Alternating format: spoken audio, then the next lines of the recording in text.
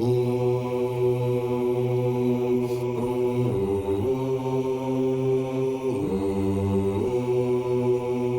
sou o Thiago Rogero, este é o podcast do Projeto Querino, produzido pela Rádio Novelo.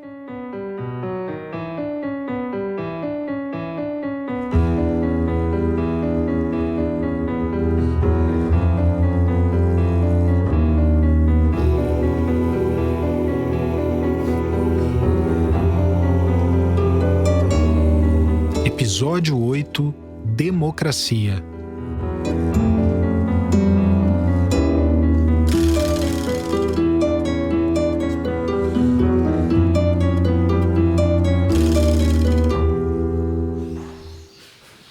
E aqui já é a casa principal, né? Esse cômodo que você está vendo aqui, ó, era o famoso quartinho escuro da casa. Aí é onde o pessoal tem a capela, os barões iam participar da missa e os escravos ficavam aqui para participar da missa. Essa fazenda foi fundada em 1784. Fica perto de uma cidade do interior de Minas Gerais chamada Cruzília. Esse que estava conversando comigo é o atual gerente da fazenda, o Aldivan da Silva. No passado, a fazenda pertencia aos Junqueira, uma família tradicional mineira. Gente muito rica. O nome da fazenda é Bela Cruz. E da família antiga, o que era esses ambientes? Por exemplo, o quarto principal ficava para lá, para cá? Conta a história. Eu não sei te falar exato, mas conta a história que o homem foi assassinado nesse quarto que está aqui.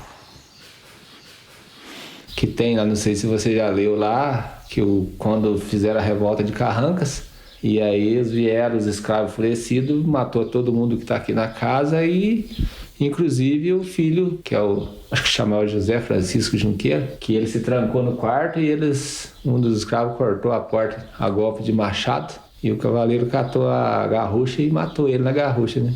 É um tiro de garrucha. Um dia, em 1833, na hora em que o senhor chegou à roça para monitorar o trabalho, ele foi assassinado. Morto pelos escravizados dele. Esse homem era um juiz de paz e também era filho de um deputado federal. O deputado é que era o dono das fazendas. Ele só não estava lá na hora da revolta porque estava na corte, no Rio de Janeiro. O nome do deputado era Gabriel Francisco Junqueira. Ao todo, os escravizados mataram 9 pessoas da família dele, entre elas 3 crianças. O caso ficou conhecido como a Revolta de Carrancas, que era o nome dessa região de Minas Gerais na época. Bom, eu sou Rogério Padonacano, hoje eu sou o proprietário aqui da Fazenda Bela Cruz. A família do Rogério não tem nada a ver com a revolta.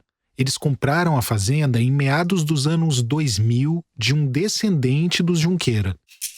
E foi muito interessante, porque meu pai gosta de fuçar, né, nessa parte histórica. Daí ele achou um inquérito policial da época lá da Revolta de Carrancas. É um inquérito policial bem grande e bem detalhista de como eles encontraram a região. E daí a gente começou a ficar muito curioso pela história da fazenda por conta disso, porque foi uma revolta bem marcante e violenta. E ela foi violenta porque tinha uma razão, né? Aqui, e daí isso acaba explicando muito como as coisas eram aqui, né?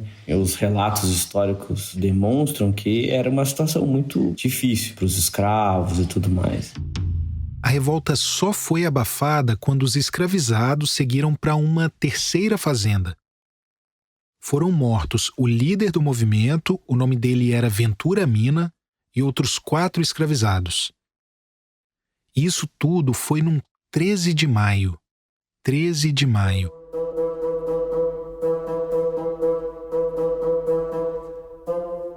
Outros 31 escravizados que sobreviveram foram acusados de participar do levante. 16 deles foram executados depois de terem sido condenados à pena de morte. E isso era algo muito fora da curva para casos assim. Essa quantidade de gente condenada à pena capital. É que o período da escravidão tinha essa dicotomia muito louca. Por mais que pessoas escravizadas não fossem tratadas nem como seres humanos, elas eram um bem valioso demais para o Senhor. A ideia que eles tinham do escravo rebelde era que o rebelde de um dia é preso, punido, e no outro dia ele é colocado para cortar cana. Este é o João José Reis. Eu sou professor da Universidade Federal da Bahia e sou historiador, escritor. E ele está lembrando que o senhor de escravos preferia 1000 vezes castigar o escravizado do que simplesmente matar. Embora às vezes o castigo era tanto que acabava levando à morte também.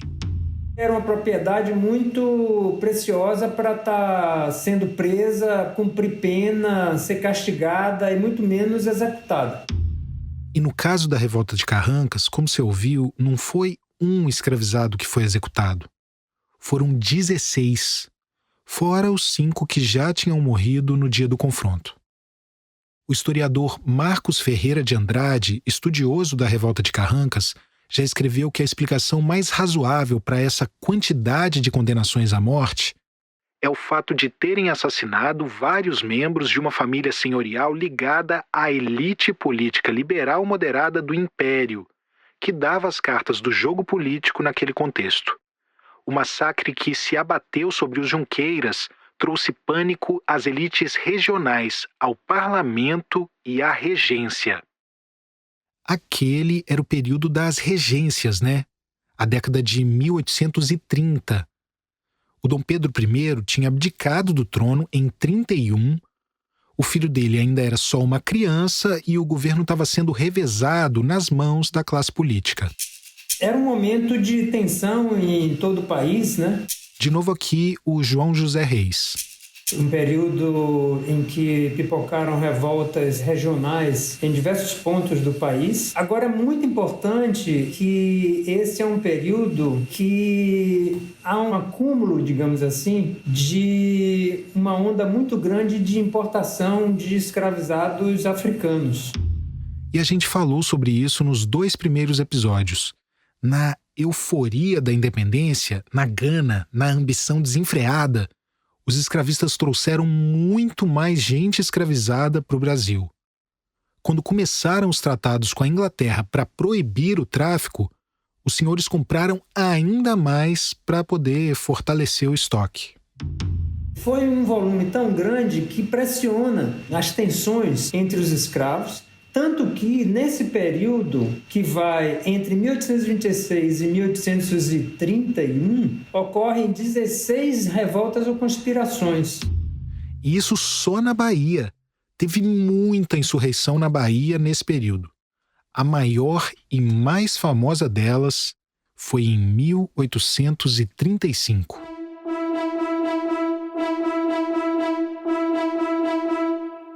A revolta dos malês foi uma revolta de africanos, tanto africanos escravizados como africanos libertos. A revolta de 1835 foi a 31ª, alguma coisa assim, né, das revoltas. Então havia uma tradição rebelde importante.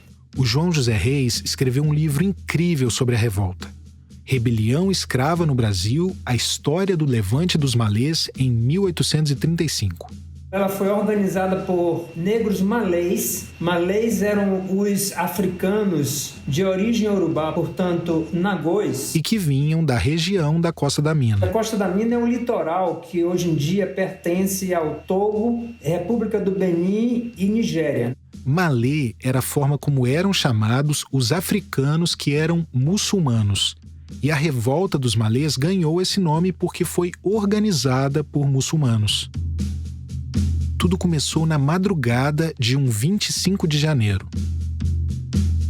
Porque houve uma denúncia e a polícia saiu batendo na porta daqueles lugares apontados como sendo locais de reunião de africanos. E a polícia chega realmente num local onde havia um grande grupo reunido, e quando a polícia adentra esse local, os africanos que lá estavam reunidos saem, né, armados, e tem uma primeira pequena batalha entre cerca de 60 rebeldes e a polícia. Então, a partir daí, há uma dispersão desses rebeldes. Eles se dispersaram pela cidade, por Salvador. Esses homens, eles saem pela cidade gritando que estava na hora de se levantar e outros africanos foram aderindo. Eles percorrem uma área muito grande da cidade de Salvador e o que se ouviu ser gritado nas ruas da cidade foi morte aos brancos, viva Nagô. Só que no meio do caminho ficava o quartel da cavalaria. Os soldados montados atacaram esses rebeldes que estavam saindo da cidade e quando houve uma última batalha ali, né, que foi a mais sangrenta, morreram cerca de 70, talvez mais, africanos. E a revolta basicamente terminou aí. Centenas de pessoas foram presas e 15 foram condenadas à morte. Mas houve a comutação da maioria dessas penas, foi transformada em outras penas como chibatada ou até absolvição no segundo júri que houve, e 4 pessoas foram executadas, foram fuziladas. Elas deveriam ter sido enforcadas, mas não se encontrou ninguém que pudesse servir, que aceitasse servir como carrasco. Outras dezenas de pessoas foram expulsas do Brasil, mas só pessoas que já eram livres. Nenhum escravizado. Porque o escravo era uma mercadoria, então não ia simplesmente expulsar, porque ia prejudicar os senhores. Mas as pessoas que foram expulsas eram ex-escravos, libertos africanos, e foram expulsas de volta para a África. E essas 2 revoltas, a de Carrancas e a dos Malês, acabaram tendo um impacto enorme na legislação do período. Houve uma consequência muito grande em leis locais, sobretudo na corte, mas também em todas as províncias de modo geral, que enrijeceram o controle não apenas dos escravizados, mas também dos libertos africanos. E reforçaram o controle e a repressão à população negra de modo geral. E obviamente não eram as pessoas negras que faziam essas leis. Tinha um ou outro caso de algum político afrodescendente que à época podia ser lido como mulato, como pardo. Mas a classe política era majoritariamente branca, rica e comprometida com a escravidão. Boa parte dos deputados e senadores eram senhores de escravos. Dom Pedro tinha caído, muita gente tentou radicalizar o momento, indo para o confronto agônico, inclusive os escravizados. Este é o Tamis Parron, historiador e professor, que a gente ouviu no 2º episódio. Essa polarização popular, ela empurra os conservadores para um eixo comum. Ela apura o senso de coesão, solidariedade e autopreservação entre os donos do dinheiro e do patrimônio, das riquezas privadas. Você tem aquele momento de mobilização no Brasil, mas a coligação das forças joga a favor da reação e não da realização dos anseios das classes subalternas e populares. Esse pessoal apostou no aumento da escravidão e reabriu o tráfico negreiro em larga escala, fez tudo isso ao mesmo tempo. E aí a gente chega naquele momento do total desrespeito à lei de 1831, quando o tráfico de escravizados estava proibido, mas continuou com força total num grande acordo nacional. Foram mais 19 anos de tráfico ilegal, de um dos maiores casos, se não o maior caso de corrupção sistêmica da história do Brasil. Até que uma nova lei, em 1850, a Lei Eusébio de Queiroz, finalmente pôs fim ao tráfico, quase 20 anos depois da Lei de 31. Houve um alinhamento muito especial de forças para que essa lei passasse. E por trás disso estava de novo a Inglaterra, o principal império do mundo naquele momento, que nas décadas anteriores já tinha lucrado muito com a escravidão e com o tráfico, mas que continuava com objetivos econômicos atuando pelo fim do comércio negreiro.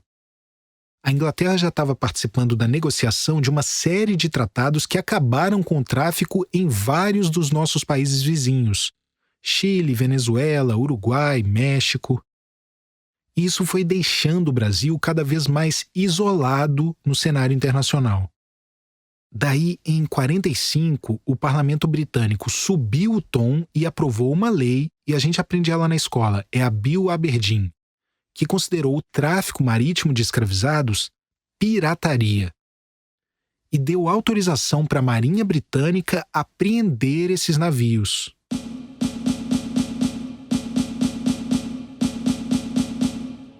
Ela patrulhou as águas territoriais brasileiras. Ela desembarcou, Tiago, marinheiro em terra brasileira sem permissão do governo brasileiro. Ela fez um semi-bloqueio do porto do Rio de Janeiro. Deixou os navios de guerra alinhados, deixando passar só navio que era obviamente destinado à Europa e parando todos os outros. Em 1849 e 50, a Grã-Bretanha já tinha tomado ou destruído pelo menos 10 navios brasileiros. Todos em águas territoriais brasileiras e alguns até ancorados nos portos. Aí o Brasil declarou guerra. Não a Grã-Bretanha, porque não é bobo, ao tráfico. Em fevereiro de 1850, os políticos brasileiros concluíram que a única maneira de contornar a situação e de evitar uma guerra era acabando de vez com o tráfico, cortando na própria carne. Quem assinou o parecer foi o ministro da Justiça, o Eusébio de Queiroz.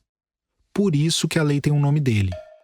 Sem o perigo permanente de uma guerra contra a Grã-Bretanha, o maior poder marítimo e militar da época, as elites do Brasil não teriam largado o osso. Literalmente, os ossos, o sangue, os músculos daquelas pessoas livres trazidas como escravizadas ilegalmente para o país.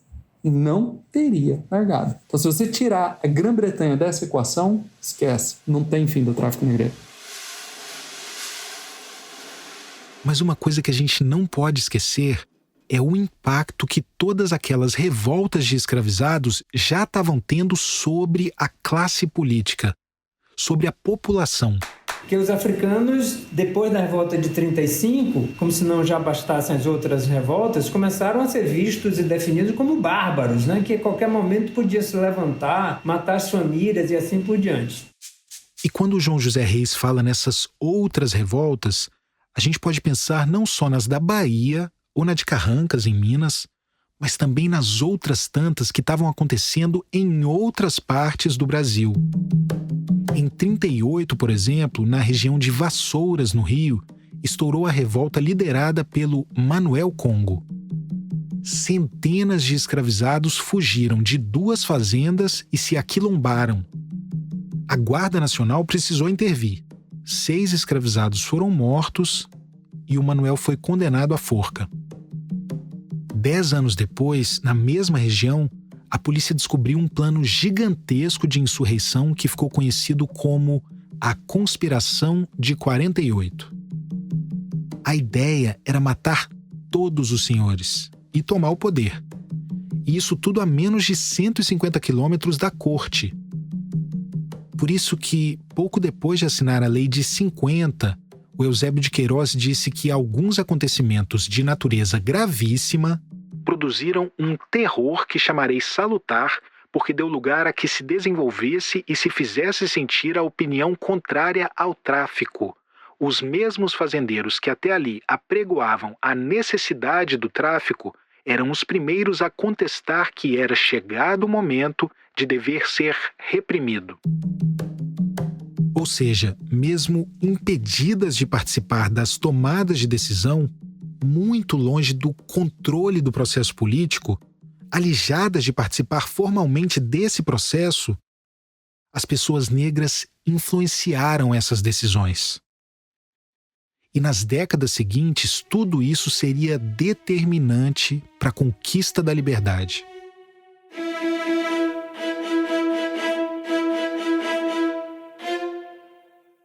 A Constituição do Império do Brasil de 1824, por essa Constituição aí, se você nascesse no Brasil livre, ou se você, tendo nascido no Brasil, conquistasse a liberdade, você podia ser considerado cidadão. Isso significa que você tinha direitos civis garantidos. Os direitos civis são aqueles de proteção da propriedade, ter a sua casa como um espaço inviolável, poder ir e vir. Mas olha só, você só era investido dos direitos políticos se você tivesse dinheiro. Para você votar, para você ser eleito, você precisava ter dinheiro.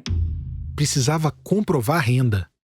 E como eu falei mais cedo, não é que não tinha parlamentar negro nessa época. Até tinha uns poucos. Você tem uma presença de pardos, vou usar a terminologia da época, né? Pardos e mulatos no parlamento. Um de renome era o Antônio Pereira Rebouças. Era o que se chamava de um homem mestiço, filho de uma ex-escravizada e de um português. Hoje, ele é mais conhecido pelos filhos dele, por ser o pai dos irmãos Rebouças. Mas ele era uma figura política influente do Império. E como ele, tinha outros. Você tem esses indivíduos inseridos no parlamento, mas eles são vozes individuais, eles não representam movimentos civis coletivos baseados na cor da pele. Será necessário o surgimento de um movimento abolicionista reunindo pessoas de diversas cores de pele. Será necessário lutar dentro da escravidão contra a escravidão para que essas vozes que você identifica isoladas, importantes, muito importantes, mas isoladas no parlamento da década de 1930, 40, 50, 60, se tornem vozes com impacto político mais profundo no fim do Império. Antes de começar a falar do movimento abolicionista, é importante entender o que estava acontecendo no mundo naquele momento, depois que o Brasil finalmente acabou com o tráfico de escravizados. Só 4 lugares nas Américas ainda não tinham abolido a escravidão: os Estados Unidos e o Brasil, que eram independentes, e 2 colônias da Espanha, Cuba e Porto Rico. Em 1861, começou a Guerra Civil nos Estados Unidos. E um dos principais motivos foi que, um ano antes, tinha sido eleito presidente um candidato do norte do país e que já tinha se mostrado favorável à abolição. Era o Abraham Lincoln.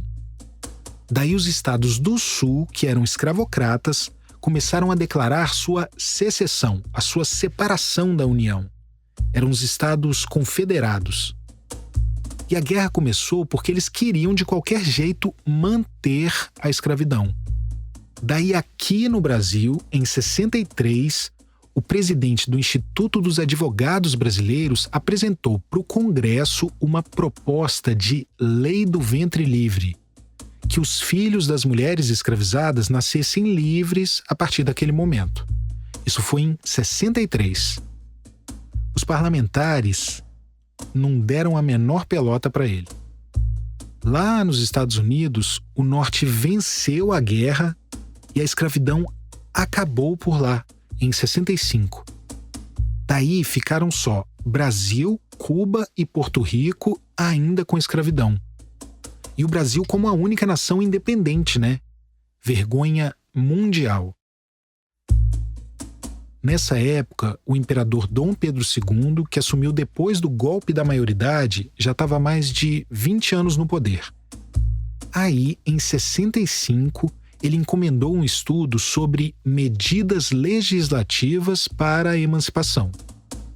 2 anos depois, o imperador levou esse estudo para os ministros dele, um monte de deputado, senador e tudo mais.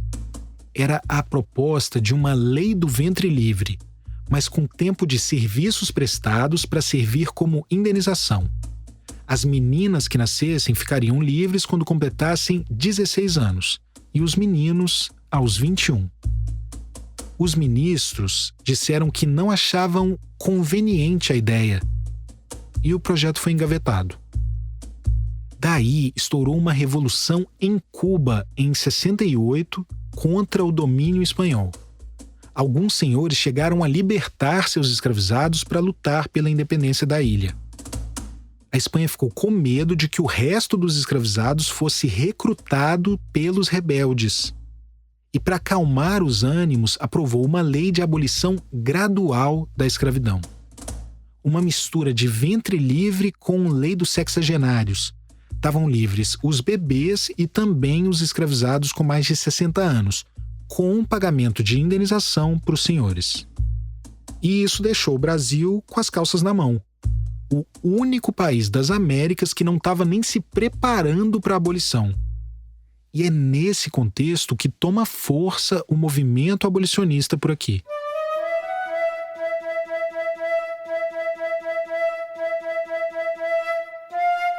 Nos anos 50 tem já 3 associações abolicionistas que aparecem, mas é só isso. São membros da elite política, da elite social, que estão preocupados em abolir a escravidão paulatinamente. Esta é a Ângela Alonso, historiadora e professora. Mas isso também não vai adiante porque não tem apoio popular. Então eu começo a contar essa história em 1868 porque eu acho que é aí que realmente começa uma articulação que dá origem ao que se torna o movimento abolicionista, ao mesmo tempo em que há um empenho de uma ala da elite política dentro das instituições políticas para fazer o processo andar. E uma figura central nesse processo foi o engenheiro André Rebouças, o filho mais famoso do Antônio Pereira Rebouças. Uma figura muito interessante porque ele pode dar um nó na cabeça das pessoas. O Rebouças não é simples. Ele é negro, ele é de uma família obviamente negra, mas o pai dele prestou serviços ao Império durante o processo de consolidação do Segundo Reinado. E o André Rebouças, o filho, ele tem um projeto de abolir a escravidão que é vinculado com um projeto de modernização do país, porque ele é um engenheiro, mas na casa dele tem escravos. Sim, na casa do André Rebouças, o intelectual negro, um dos principais nomes do nosso abolicionismo, na casa dele tinha escravizados. Logo que ele decide entrar na campanha, ele liberta outros abolicionistas importantes, inclusive, como Joaquim Serra, o Rui Barbosa, só libertam seus escravos bem mais para frente na campanha. Então também não era visto como uma contradição você defender ideias abolicionistas e você ainda possuir escravos. Então esses fenômenos são todos sempre muito mais complexos do que o bem contra o mal também, né? E a gente já falou sobre isso. O Brasil era uma sociedade escravista. Tudo girava em torno disso. Para ter dinheiro, para ter poder, para ter liberdade política, as pessoas tinham escravizados. O que não quer dizer que precisava ser assim para sempre. O Rebouças tomou consciência disso. O que vai fazer a cabeça do Rebouças girar é o momento em que ele entende que ele é negro. E isso só vai acontecer mais tarde, já nos anos 70, quando ele vai para os Estados Unidos. Ele não pode se hospedar em nenhum hotel de elite, ele não pode assistir à ópera. E daí ele percebe que lá não adianta ele ser um homem culto, ter boas conexões sociais, etc., que ele inclusive tem, mas que ele vai ser tratado sempre a partir da cor da pele. E aí é que ele realmente se transforma num abolicionista, assim, não só de mente, mas de coração. E aí é o momento em que ele vai fazer alianças com José do Patrocínio, com Vicente de Souza. Dois grandes abolicionistas negros, o José do Patrocínio e o Vicente de Souza. A esposa do Vicente também foi bem importante, a Cacilda Francione de Souza. Ela é considerada a primeira mulher a participar abertamente das conferências abolicionistas, que eram eventos com participação popular que aconteciam por todo o país. Um outro abolicionista negro de destaque era o Ferreira de Menezes. E é óbvio que também tinham pessoas brancas entre os abolicionistas. Um nome bem importante, por exemplo, é o do Joaquim Nabuco. Mas espera que tem um outro protagonista desse movimento que ainda não apareceu aqui.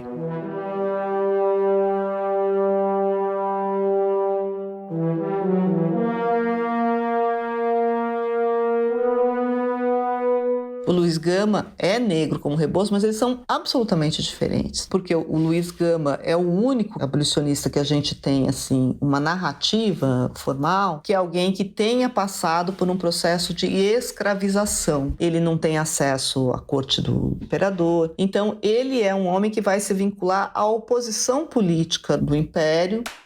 Não existe ninguém com uma história tão incrível como o Luiz Gama.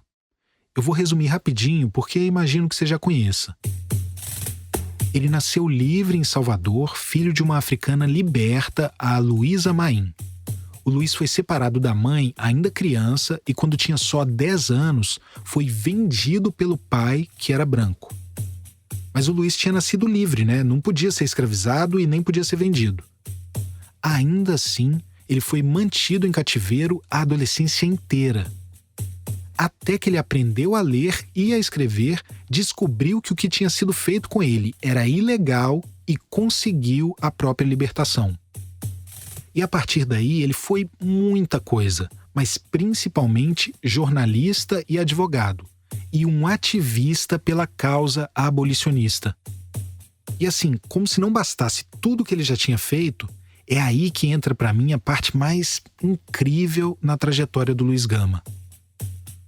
Ele usava aquela lei de 31, a lei da sacanagem, a lei para inglês ver, para libertar no judiciário pessoas que estavam sendo escravizadas ilegalmente. Porque é isso, lembra daquilo que o historiador Luiz Felipe de Alencastro chama de o pecado original da sociedade e da ordem jurídica brasileira? Desde 1818 estava proibido o tráfico de pessoas sequestradas acima da linha do Equador. Depois, em 31, foi proibido o tráfico de todas as pessoas africanas. Cada uma dessas quase 800 mil pessoas que chegaram desde então, mais os seus descendentes, cada uma dessas pessoas foi escravizada ilegalmente. Aí quando teve a lei Eusébio de Queiroz, em 50, o governo, o judiciário e a sociedade brasileira poderiam ter feito justiça e finalmente libertado essas pessoas. Mas escolheram não fazer isso. O nosso pecado original. Então, quando a gente está falando de pessoas ainda escravizadas no Brasil nessa época, nas décadas finais de escravidão, quando o Brasil era o único país das Américas que não estava nem discutindo a abolição, a gente está falando de uma massa de pessoas ilegalmente escravizadas. E esse era o foco do trabalho do Luiz Gama no judiciário. Foi assim que ele conseguiu a libertação de centenas de pessoas. E tudo isso como um membro ativo do movimento abolicionista, que não parava de crescer e contava cada vez mais com integrantes também da parcela rica da população. Uma parte da elite política fala, bom, nós vamos ficar aqui sozinhos como os escravistas da América, no limite do mundo, né? E uma outra parte teme a guerra civil. Né? Se a gente não fizer alguma coisa, a gente pode acabar no desfecho americano. E uma outra ameaça que paira sobre todo mundo é o que até ganhou um nome na época, que é o haitianismo, que é o medo de uma revolução escrava. Afinal de contas, os escravos são maioria, se eles resolverem fazer uma revolução, acabou. Então a lei do ventre livre, ela é uma consequência desse jogo aí. A lei do ventre livre. Essa a gente aprende na escola também, né? Essa ideia de que a abolição foi meio que gradual, aos pouquinhos. Só em 71 que a classe política brasileira concordou com uma lei que concedesse alguma forma de libertação. Mas ainda assim eles resistiram, defendiam que os senhores precisavam ser ressarcidos. Daí, quando a lei finalmente foi aprovada, tinham duas opções. O dono poderia libertar a criança quando ela completasse 8 anos e aí ele receberia uma indenização, ou então o dono manteria o jovem escravizado até que ele completasse 21 anos. Em 95% dos casos, os senhores escolheram a segunda opção. Ou seja, como todas aquelas crianças continuariam escravizadas por mais 2 décadas, o impacto era quase zero. Essa lei não é aplicada, né? Todo mundo imagina sempre que as leis para inglês ver são só lá as do final do tráfico, mas não é verdade. Então, de fato, a lei do ventre livre não é uma lei que liberta. Ela liberta pouquíssima gente. Mas as pessoas negras também usaram essa lei a favor delas.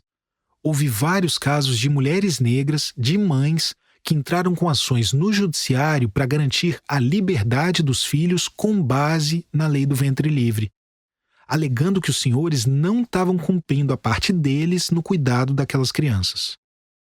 E uma outra coisa é que entre os seus artigos, a lei autorizava o escravizado a formar pecúlio, a juntar dinheiro para poder comprar a própria carta de alforria. Isso vai ser utilizado pelas associações abolicionistas para libertar escravos. As associações abolicionistas agiam na prática, mas também trabalhavam a mente da população. Porque a escravidão era considerada um fenômeno normal, é a vontade de Deus. Então, uma parte muito importante da campanha abolicionista foi produzir uma nova sensibilidade em relação à escravidão. E mostrar que ela era tanto, de um lado, assim, um fenômeno ilegal, porque o Brasil já tinha lei desde os anos 30 proibindo o tráfico, como ela era desumana. O outro argumento deles era o do progresso. A gente não pode avançar com uma instituição que é arcaica e incompatível com o trabalho livre. E tudo isso foi preparando o terreno para o que acabou acontecendo no Ceará. A campanha abolicionista ganha força na hora em que a lei do ventre livre mostra que não vai ser aplicada. Então os abolicionistas começam a fazer pressão. E daí isso está acontecendo quase que no país inteiro, mas em alguns lugares a organização local dos abolicionistas é mais forte. O Ceará é um desses casos. O José do Patrocínio e o André Rebouças tinham começado uma articulação nacional pela abolição. E o que eles fazem é fazer um experimento ali, daí o José do Patrocínio viaja para lá e eles fazem uma campanha de libertação de territórios. Então eles falam, bom, precisamos então criar um território livre no país. E o Ceará é isso, porque o Ceará tem essa combinação política favorável. O presidente da província era um abolicionista. E tem uma outra grande vantagem, né? O Ceará tem poucos escravos. O Ceará está vivendo uma crise econômica violenta, também está todo mundo vendendo seus escravos para o sul. Então a operação é mais fácil de fazer. E a última vantagem, que também é bem significativa, é que como está longe do Rio de Janeiro, que é a capital, demora de chegar a repressão. Os escravizados do Ceará estavam sendo vendidos para as regiões sudeste e sul do Brasil. Eles eram levados até a praia, embarcados em jangadas e levados para os navios. Em 1881, os jangadeiros, que eram homens livres e majoritariamente negros, se recusaram a fazer o embarque dos escravizados. O líder deles era o Chico da Matilde, um homem negro que entrou para a história como o Dragão do Mar. E a partir daí, os abolicionistas começaram a libertar, cidade por cidade, do Ceará.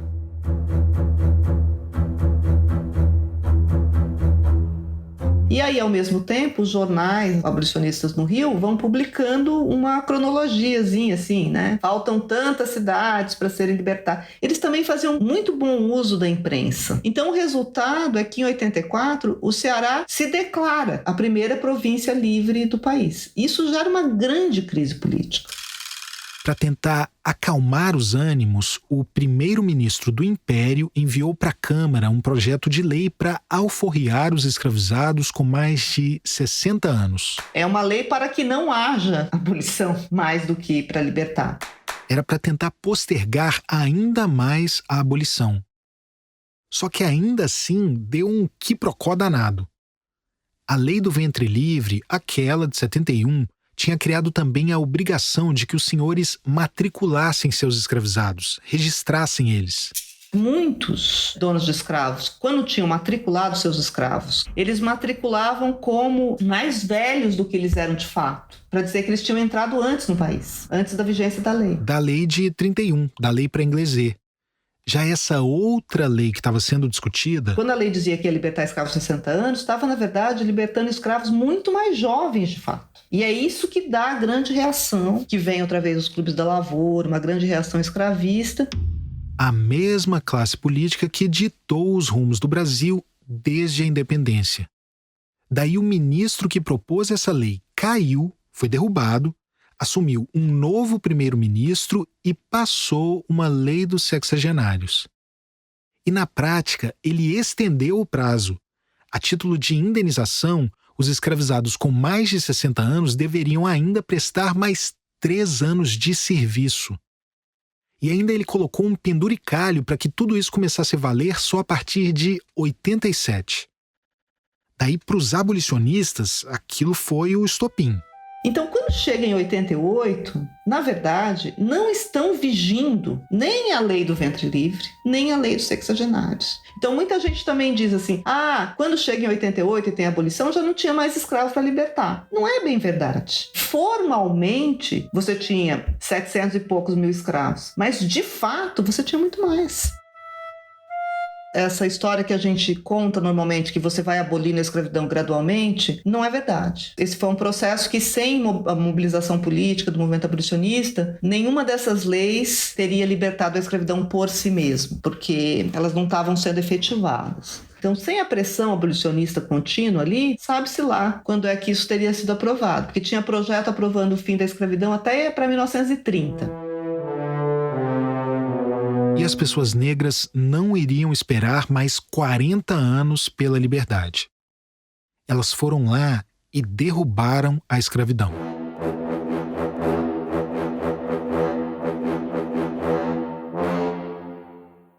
Esse primeiro-ministro que assumiu, indicado pelo Dom Pedro II, era o Barão de Cotegipe, um escravista baiano.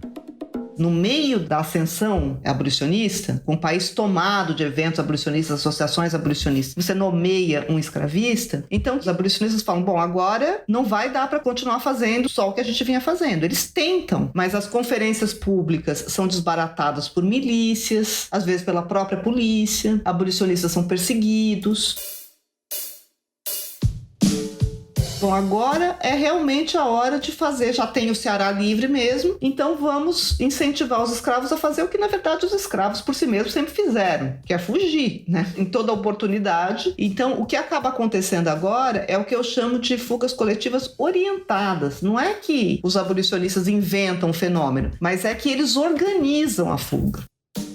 A estratégia bem-sucedida no Ceará de libertação da província acontece também no Amazonas e quase acontece em várias outras províncias que declaram libertadas várias outras cidades, no Rio Grande do Sul, em Goiás. E aí tem relatos de fugas em que daí os próprios escravos, recebendo essa informação, eles também começam a organizar as próprias fugas. Então você tem um momento de desorganização da ordem escravista. Isso é importante também para mostrar esse caráter popular do movimento abolicionista brasileiro. Paralelamente à política tida como oficial, a dos espaços de poder, havia toda essa ação política popular que acontecia nas ruas, nas fazendas, nas matas. No interior de São Paulo, na região de Itu, teve um grupo de fugitivos que saiu de diversas fazendas da região. E vai ganhando adesões, vai atravessando cidades. É uma massa, velhos, crianças, homens, mulheres, que vai indo. Vai ficando todo mundo de cabelo em pé, a imprensa vai noticiando, e quando chega na Serra do Mar, o governo imperial do Barão de Cotegipe manda fuzilar, né? Atira. É um morticínio, do qual o próprio exército, em seguida, se envergonha. É um evento decisivo porque choca o país, mas também porque o próprio exército, daí o Marechal Deodoro manda uma carta para Isabel. O Pedro II estava doente e foi para a Europa se tratar. A filha mais velha dele, a princesa Isabel, tinha assumido a regência. E ela recebeu essa carta do comandante do exército informando que o exército não vai mais caçar escravo fugido. Nós não vamos participar disso. Então, o que acontece nessa hora? A monarquia perde o apoio das Forças Armadas para continuar mantendo a escravidão. Tinha uma corrente dentro do exército que se recusava a cumprir o papel de capitão do mato, por achar uma função inglória. Ao mesmo tempo, a igreja também, vendo que a coisa está acirrada, vários bispos começam a declarar apoio à abolição. Daí, em Itapira, no interior de São Paulo, um inglês e um americano que tinham lutado na Guerra Civil dos Estados Unidos, os dois eram confederados, eram escravistas, eles incitaram a população local, ali de Itapira, a linchar um delegado de polícia que era abolicionista. A elite social da cidade vai à casa dele e lincha o delegado. Bateram nele até a morte. Isso foi em fevereiro de 88.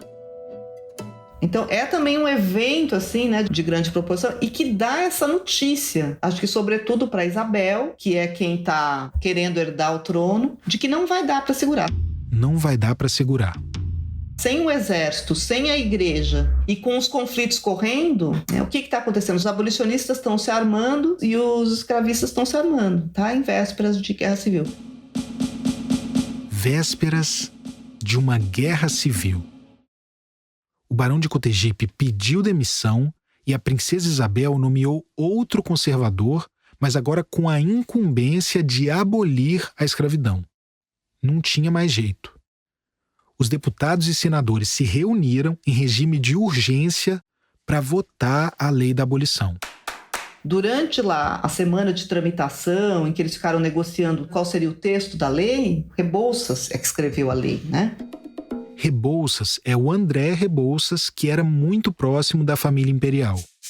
Então ele foi lá nos ministros, embora fossem inimigos anteriores dele, foi na princesa com as ideias dele. Ele põe uma linha aqui, tira uma linha ali. Ele tinha um projeto que ele chamava de democracia rural, porque era isso, era dividir a terra, e tinha um projeto de concessão de direitos plenos para os ex-escravos. O projeto dos abolicionistas era um projeto que incluía uma reforma do funcionamento da vida social, incorporação do proletário escravo à nação brasileira, converter de fato uma pessoa que tinha sido criada sob escravidão num cidadão capaz de ler, escrever, trabalhar, ter a sua própria terra, ter os seus próprios direitos.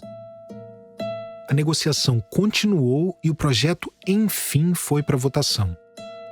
E ainda teve deputado e senador que votou contra, entre eles o Barão de Cotegipe. Mas a maioria foi a favor e a lei, enfim, foi aprovada. Num domingo, num 13 de maio de 1888, a princesa Isabel sancionou a Lei Áurea. O texto dizia assim: a princesa imperial regente, em nome de Sua Majestade o Imperador, o Senhor Dom Pedro II, faz saber a todos os súditos do Império que a Assembleia Geral decretou e ela sancionou a lei seguinte. Artigo 1º. É declarada extinta desde a data desta lei a escravidão no Brasil. Artigo 2º. Revogam-se as disposições em contrário. E era só isso que dizia essa lei. Umas 50 palavras. Essa opção da coroa é uma opção que, de certa maneira, salvou uma parte do escravismo. Por quê? O que eles fizeram não foi aprovar o projeto do Rebouças, nada passou. A única coisa que pôde ser consensuada é que estava acabada a escravidão no Brasil. Não se dizia como se ia implementar isso, não se dizia o que ia acontecer com os ex-escravos, não se dizia como seriam os contratos de trabalho daí por diante, nada. Você deveria ter tido uma série de, digamos, disposições transitórias para dizer juridicamente o que acontece com cada coisa. Não houve nada. O que a monarquia fez, no fim, foi deixar que cada proprietário, no limite, gerisse a sua própria transição para o trabalho livre. Por isso que os movimentos negros chamam o que aconteceu de abolição inconclusa. Porque os abolicionistas queriam muito mais. Queriam o fim da escravidão, claro, mas um fim que fosse acompanhado de projeto, de medidas compensatórias. Aliás, em muito lugar no Brasil, demorou a chegar a notícia da abolição. Teve senhor que simplesmente impediu que os trabalhadores soubessem da novidade e manteve enquanto pôde aquelas pessoas escravizadas, mesmo de forma ilegal. E a igualdade de direitos, como a gente vê nos jornais todos os dias, até hoje não aconteceu no Brasil. Então, nesse sentido, o projeto do Rebouças até hoje é um projeto que não se realizou. Mas nem por isso a gente tem de menosprezar o 13 de maio. Por mais que não tenha sido tudo o que poderia ter sido, teve muita luta negra, muito sangue negro derramado para que esse momento finalmente acontecesse.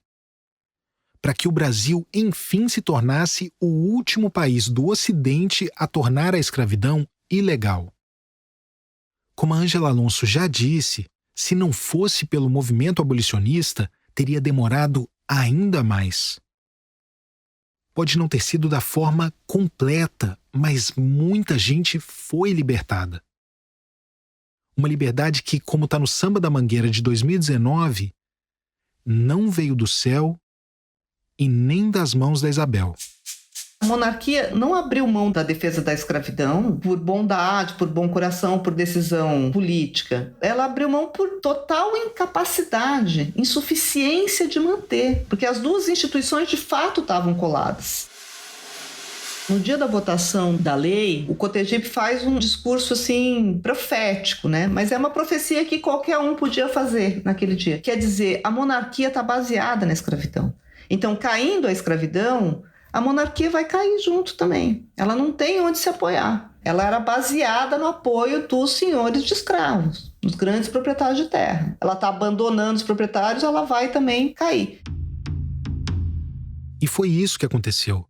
Revoltados com a abolição, os representantes dos escravistas no Congresso começaram a defender indenização para as perdas financeiras que eles tiveram com o fim do trabalho escravo.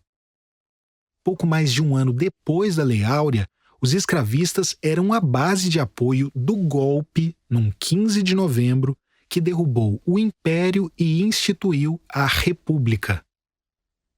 E o projeto de exterminar a parcela negra da população tomou forma.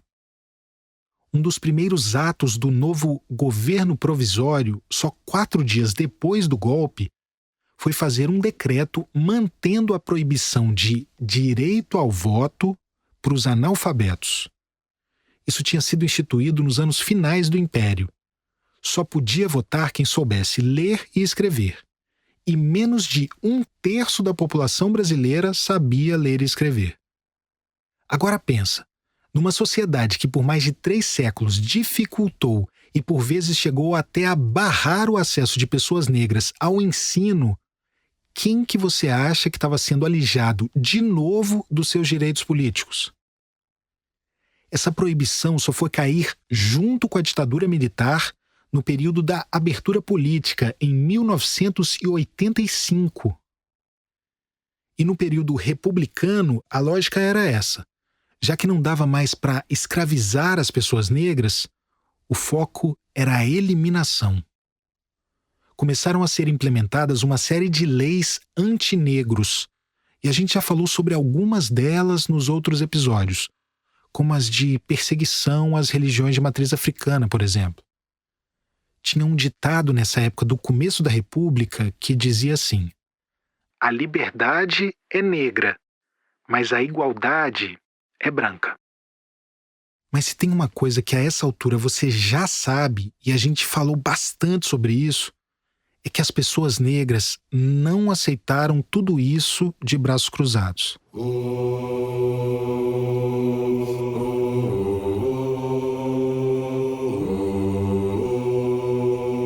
Eles queriam acabar com a gente, mas a gente está aqui, mais da metade da população. Desde que a primeira pessoa africana foi trazida para esse território indígena tantos séculos atrás, foi o nós por nós que garantiu a nossa sobrevivência. Das pessoas negras, dos nossos povos originários, de todo mundo que não se encaixa no padrão dos detentores do poder, no padrão do homem branco. Foi o nós por nós que garantiu que a gente tivesse humanidade e liberdade. E foi assim na saúde, na educação, em moradia, no trabalho, na cultura, na luta pelos direitos humanos, na luta por um país melhor para todos. Não só para as pessoas negras, para todos. Se não fosse por nós, não teria saúde pública para todo mundo. Não teria filho do porteiro e da trabalhadora doméstica de todas as cores, de todas as raças, entrando na universidade. As pessoas negras não construíram só toda a riqueza do Brasil. Elas construíram a própria democracia do Brasil. Ainda que não seja nem de longe o Brasil que a gente sonhou. O Brasil que a gente merece. O fato de que a vida negra vale menos, quando não vale nada, vem se agravando ainda mais depois da própria abolição. Aqui de novo o João José Reis, historiador e professor. Porque pense pense bem, antes da abolição, o escravo era propriedade. Então, ele tinha um senhor que tinha interesse direto em preservar essa propriedade. Depois da abolição, não tem mais isso. Então, é uma população realmente que está entregue à sorte, se pode dizer, né? Por mais que se denuncie, é impressionante isso. Por mais que se esclareça, por mais que os meios de comunicação hoje estarem engajados no discurso de denúncia do racismo, de promoção da inserção do negro na sociedade, você tem lá o sargento da Marinha que simplesmente vê o seu vizinho, que era negro, entendeu? Chegando em casa e ele acha que ele era um bandido porque ele tinha aberto a bolsa dele, a mochila dele para pegar uma chave, cara. Um sargento da Marinha matou o vizinho na porta de casa na região metropolitana do Rio de Janeiro. O atirador disse que confundiu a vítima, um homem negro, com um bandido. Ele atira 3 vezes, não é uma não, é 3 vezes. É óbvio, se o cara fosse branco, ele não iria atirar. É óbvio. Assim como se esse imigrante fosse branco, né, fosse um português, um espanhol, um italiano, ele não seria espancado daquela maneira brutal e os policiais municipais não iriam simplesmente dar as costas ao que estava acontecendo. Testemunhas do assassinato do jovem congolês Moise na praia da Barra da Tijuca, no Rio, disseram que guardas municipais não fizeram nada para evitar o crime, mesmo tendo sido chamados para intervir. Quando eu vejo esses casos, eu penso nisso, eu digo, caramba, isso é pior do que a época do escravismo. Como a gente ouviu ao longo desses 8 episódios, se tem uma política pública constante, eficaz e longeva na história do Brasil, é o racismo. Uma política de Estado que ainda está em vigor.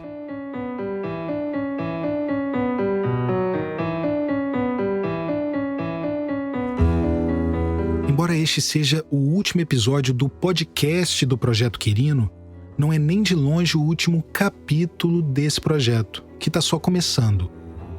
O Quirino foi pensado como um projeto multiplataforma para refletir sobre a história do Brasil, como tudo isso explica o Brasil atual, mas também o futuro.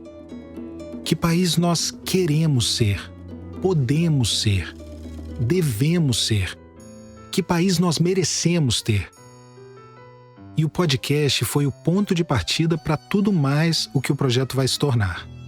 Por isso, fique ligado em projetoquirino.com.br para continuar acompanhando essa jornada. A gente começou o podcast lá no primeiro episódio com uma frase do fotógrafo e ativista Januário Garcia. Existe uma história do negro sem o Brasil. O que não existe é uma história do Brasil sem o negro. E eu quero terminar com o mote da campanha da Coalizão Negra por Direitos, o grupo que reúne organizações, entidades e coletivos dos movimentos negros brasileiros. A frase é: enquanto houver racismo, não haverá democracia. E já passou da hora do Brasil ser de fato uma democracia.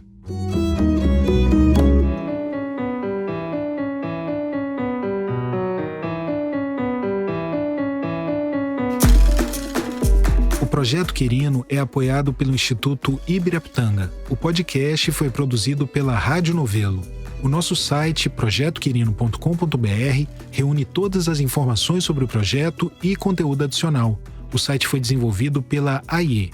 E eu te convido a conferir também todo o material do Projeto Quirino que está sendo publicado pela revista Piauí, nas bancas e no site da revista. Este episódio teve pesquisa de Gilberto Porcidônio, Rafael Domingos Oliveira e Angélica Paulo, que também fez a produção. A edição foi do Luca Mendes, a sonorização da Júlia Matos e a finalização da Pipoca Sound. A checagem foi do Gilberto Porcidônio e a música original do Vitor Rodrigues Dias. Estratégia de promoção, distribuição e conteúdo digital, Bia Ribeiro. A identidade visual é do Draco Imagem. Os transcritores das entrevistas foram Guilherme Póvoas e Rodolfo Viana. A locução foi gravada no estúdio da Pipoca Sound, com trabalhos técnicos de Luiz Rodrigues.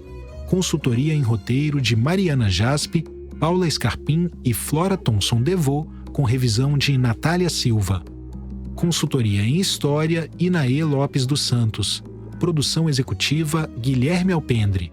A execução financeira do projeto é do ISPIS, Instituto Sincronicidade para a Interação Social. Idealização, reportagem, roteiro, apresentação e coordenação, Tiago Rogero. Este episódio usou áudios de TV Globo e SBT. Agradecimentos a Maria Alice Rezende de Carvalho, ao Rogério Nakano, ao Aldivan da Silva, a Luana Carvas, a Maiara Moreira e ao Matheus Coutinho. E a você que nos ouviu até aqui, muito obrigado.